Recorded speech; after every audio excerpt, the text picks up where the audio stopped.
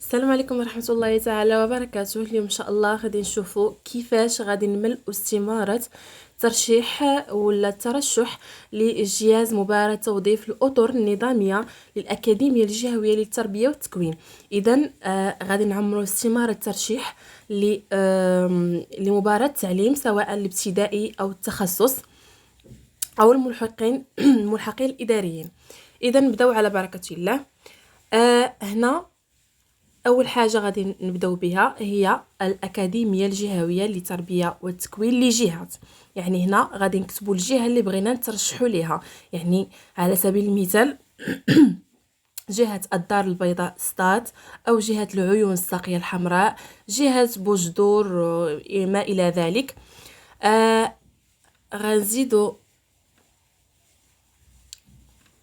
هنا المباراة المطلوب ترشيح لجهازها الإطار. هنا غادي نشوفوا واش حنا غادي نترشحوا المباراة تعليم للسيكل الابتدائي، غادي نكتبوا المباراة المطلوب الترشيح لجهازها الإطار أستاذ التعليم الابتدائي.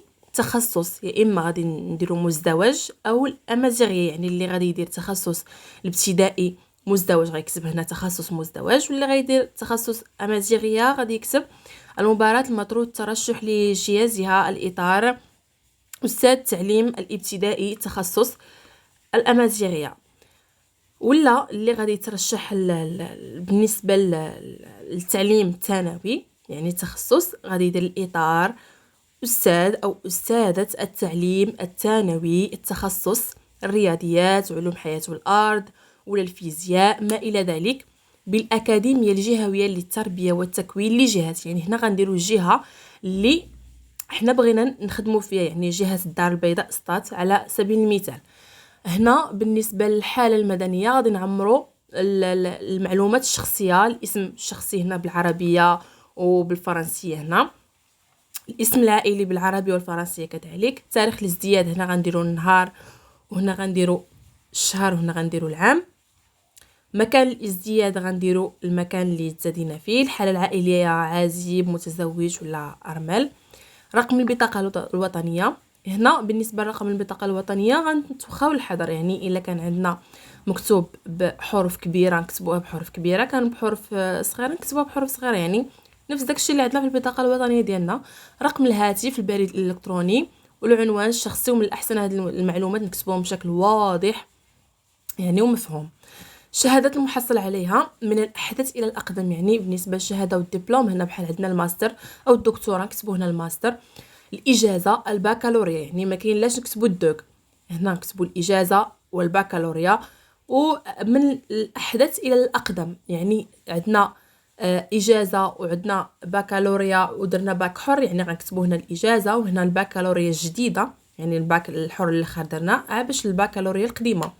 المؤسسة المستلمة هنا غنديرو بشكل واضح، يعني الاسم الكامل بحال مثلا جامعة الحسن الثاني الدار البيضاء بنمسيك على سبيل المثال، ولا جامعة عبد الملك السعدي بتطوان ما إلى ذلك. المدينة اللي خدينا فيها الإجازة ديالنا، وتاريخ الحصول على الإجازة على حساب واش عندك فيها النهار والشهر والعام. ما كاينش دير غير العام اللي خديتي فيه الإجازة زائد الميزة واش مقبول مستحسن حسن حسن جدا. حسن عمرو كل شيء، يعني الإجازة والبكالوريا. التكوين والتدريب من الأحدث إلى الأقدم، يعني هنا غادي نديرو التكوين اللي خضعنا ليه، بحال تكوين في علوم التربية ولا تكوين بالنسبة لهنا ما ذكرتش لكم هو أن جميع الشهادات أو الدبلومات اللي ماشي غير الإجازة أو بحال أي حاجة فيها الميزة، أي شهادة فيها الميزة يعني وفيها النقط ودوزت في مؤسسة خصوصية أو عمومية، فممكن أنكم نديروها في هذا الجدول هذا، يعني ماشي غير الإدارات العمومية، لا حتى المؤسسات الخصوصية طبعا. التكوين والتدريب هنا عندنا موضوع التكوين والتدريب، يعني غنبداو من الأحدث إلى الأقدم. يعني كيف قلنا عندنا تكوين ولا تدريب في في علوم التربية، أو تكوين وتدريب في مجال الكوميرس ما إلى ذلك. كل شيء غنديرو هنا، غنديرو المدة اللي دوزنا فيها التدريب هذا والسنة اللي درنا فيها التدريب. المؤسسه والهيئه، يعني هاد شنو سميتها السونتر هذا ولا المؤسسه اللي دوزتي فيها التدريب، زائد المدينه. من بعد غننتقلوا هنا المؤهلات في مجال الاعلاميات. كنسطر على هاد الاعلاميات، يعني ماشي شي مجال اخر اللي غادي نعمروا فيه هاد الجدول، لا هادشي متعلق غير بالاعلاميات. بحال هنا المكتسب، البرامج المعلوماتيه المستعمله. هنا مستوى التحكم، يعني غندير العلامه سواء جيد متوسط او ضعيف. بالنسبه للمعلومات مكتبيه بيروتيك، يعني كيقصدوا بها الوورد، الباوربوينت، الاكسل. دونك هنا غندير الوورد، هنا غندير الباوربوينت، هنا ندير الاكسل. وغنشوف الا كنت فيهم 3 جيد فغندير جيد جيد جيد علامه هنا. كنت في الوورد جيد، يعني الوورد ما كاينش شي واحد اللي ما كيعرفوش، سهل بزاف. كنصح كلشي انه يكتب هنا الوورد، حيت حتى بالنسبه للبي اف او راه كنخدموا بالوورد والباوربوينت. الوورد الكتابه، الباوربوينت كنستعملو يعني كنديرو الانيماسيون، كنستعملو فيه التصاور. الاكسل هنا راه كنديرو بالنسبه للمحاسبيه ويعني الجداول ما الى ذلك ودي كورب. دونك هنايا غنديرو الوورد غنديرو جيد، الباوربوينت جيد او متوسط، الاكسل جيد متوسط او ضعيف، يعني على حسب الخبره ديالك غادي دير هنايا واحد اتكروشي. بالنسبه لهنا البرمجه ولا البروغراماسيون، بالنسبه للبروغراماسيون كاين اللي ما شاء الله عنده واحد الفورماسيون في البروغراماسيون، يعني غادي دير نوع هاد البروغراماسيون، هاد الدومين ديال البروغراماسيون. من بعد هنا غادي دير عاوتاني هنا واحد العلامه، واش جيد متوسط او ضعيف. هنا اخر يعني شي حاجه اخرى من غير البيروتيك والبروغراماسيون غتكتبها هنا وغدير تكروشي هنايا. اذا ننتقلوا هنا عندنا الكفاءات اللغويه. الكفاءات اللغويه يعني بالنسبه لهنا عندنا اللغه العربيه، مقروء مكتوب منطوق طبيعه الحال كلشي غنديروا هنا علامه وهنا علامه وهنا علامه. الامازيغيه كاين اللي كيعرف انه يقراها كيف كيسميوها تافيناغ، يعني يقراها، وكاين اللي كيكتبها، وكاين اللي غير كيعرف غير ينطقها، يعني كاين اللي غير كيتكلم بالامازيغيه غيدير غير هنا علامه. بالحق اللي كيعرف انه يكتبها ويقراها يدير علامه في 3 ديال البلايص، اللي ما كيعرفش راه ما غاديش يدير. الفرنسيه غنديروا علامه في مقروء ومكتوب ومنطوق. الانجليزيه كذلك مقروء مكتوب منطوق. الاسبانيه كاين اللي تبارك الله عنده كيعرف يقرا ولا كيعرف يكتب ولا كيعرف ينطق ولا كيعرف لي بهم كاملين. بالنسبه لاسبانيا فغادي يدير علامات على حسب شنو الخبرات اللي عنده. بالنسبه الاخرى يعني غنديروا ماده اخرى هنا فوق هذه الاخرى، المانيا، الهولنديه، وغنديروا علامه فاش كان واش مقروء ولا مكتوب ولا منطوق. هنا بالنسبه للعناصر التحفيزيه لترشيح للجهاز المباراه، بحال لي مثال ديال الرساله تحفيزيه، يعني لا تخدو موتيفاسيون. هنا استعراض الاسباب الذاتيه، الامكانيات، القدرات، المؤهلات والمعارف، المهارات والتجارب. يعني هنا يا اما غادي نديروا باراغراف، يعني واحد الفقره كنهضروا فيها على القدرات ديالنا والمهارات ديالنا، يعني القدره على التواصل، القدره على اداره الاجتماعات، القدره على التعبير، القدره على يعني جميع القدرات ديالنا. والمهارات اللي كنعرفوا بحال اداره الوقت، التنظيم، مهاره القياده.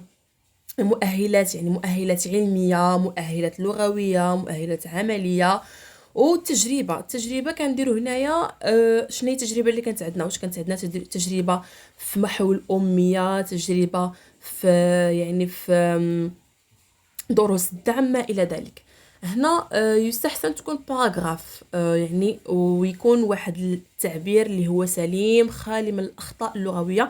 هذا الشيء راه كيركزوا عليه باش يعرفوا واش التعبير ديالنا يعني صحيح وسليم ما فيش اخطاء. الكتابه تكون واضحه ومقروءه. بالنسبه لهنا التعبير بوضوح عن الرغبه في الالتحاق بمهن التربيه والتعليم. يعني هنا غتكتبوا ليه باللي يعني انا باغي نلتحق بهذه المهنه ديال التربيه والتعليم. علاش عندك هذه الرغبه. وحتى هنايا يعني هنا بحال اللي غتقول لي يعني انني اريد الالتحاق بمهن التربيه والتعليم لأن مهنة التعليم هي مهنة شريفة، وما لها من أهمية للعائلة خاصة وللمجتمع عامة ما إلى ذلك. وهنا جرى الدوافع اختيار مهنة التعليم، يعني هنا غادي ندير علاش نتا ولا نتي اختاريتي هاد مهنة التعليم بالضبط. يعني هنا غادي نديروا الدوافع ديال اختيار مهنة التعليم. من بعد هنا التعبير عن مستوى الاستعداد لما ينتظر من مسؤوليات وواجبات عند الالتحاق بالعمل. يعني هنا غادي تبين لهم باللي راك مستعد انك تدرس في جميع الظروف، يعني سواء في البادية سواء في المدينة، يعني سواء في ظروف قاهرة، يعني عندك حس المسؤولية، الصبر، ما الى ذلك. آه ملي غنكملوا هذه دونك هنايا عندنا اشهد ان الموقع اسفله على صحه المعلومات التي اوردتها في هذا المطبوع حرر في، يعني غندير المدينه اللي تم التحرير فيها، يعني المدينه اللي كنسكن فيها، بتاريخ غندير النهار والشهر والعام اللي عمرت فيه هذه الاستماره. هنا غادي نكتب سميتي وغندير التوقيع فيها، اسم الكامل، الاسم والنسب مع التوقيع. آه هنا لائحة ديال المديريات الإقليمية التي يرغب المترشح العمل بها ضمن نفوذ التراب للأكاديمية الجهوية للتربية والتكوين لجهة، يعني تكتب الجهة ديالك. هنا الدار البيضاء سطات على سبيل المثال، العيون السقية الحمراء، ما إلى ذلك. وهنا ترتيب حسب اختيار الأولوية، يعني 1 2 3 أولوية. وهنا المديريات الإقليمية اللي المترشح بغى ولا كيرغب العمل فيها في حالة النجاح بصفة نهائية في المباراة واستكمال التكوين التأهيلي. يعني هنا غادي ندير الأولوية ديال الرقم الترتيبي حسب الاختيار بالأولوية، يعني هنا 1 2 3 4. وهنا غندير المديريات الإقليمية اللي أنا إن شاء الله إلا نجحت في هذه المباراة التعليم أنا نخدم فيها. يعني حتى إلا كانت هذه المديرية الإقليمية الأولى عامره، شنو هي ممكن المديريه الاقليميه الثانيه اللي تبغي تخدم فيها. وهنا كنصحكم انكم ماشي كنصح، وانما على حسب الاختيار ديالكم، ويعني يكون واش لهذا المكان هذا قريب المقر السكن ديالكم ولا لا، ما الى ذلك. آه، وهنا كنديروا التوقيع مع اثبات الاسم الكامل. عاوتاني كنكتبوا الاسم الكامل ديالنا زائد التوقيع. بهذا كنكونوا سالينا يعني ملء استمارة ترشيح لمباراة التعليم. حد موفق. وإلا كنتي يعني اول مره كتشاهد هاد العشان هادي، كنطلب منك انك تكون دير لينا واحد ابوني وواحد اللايك للفيديو باش تشجعنا ان شاء الله نزيدو لقدام.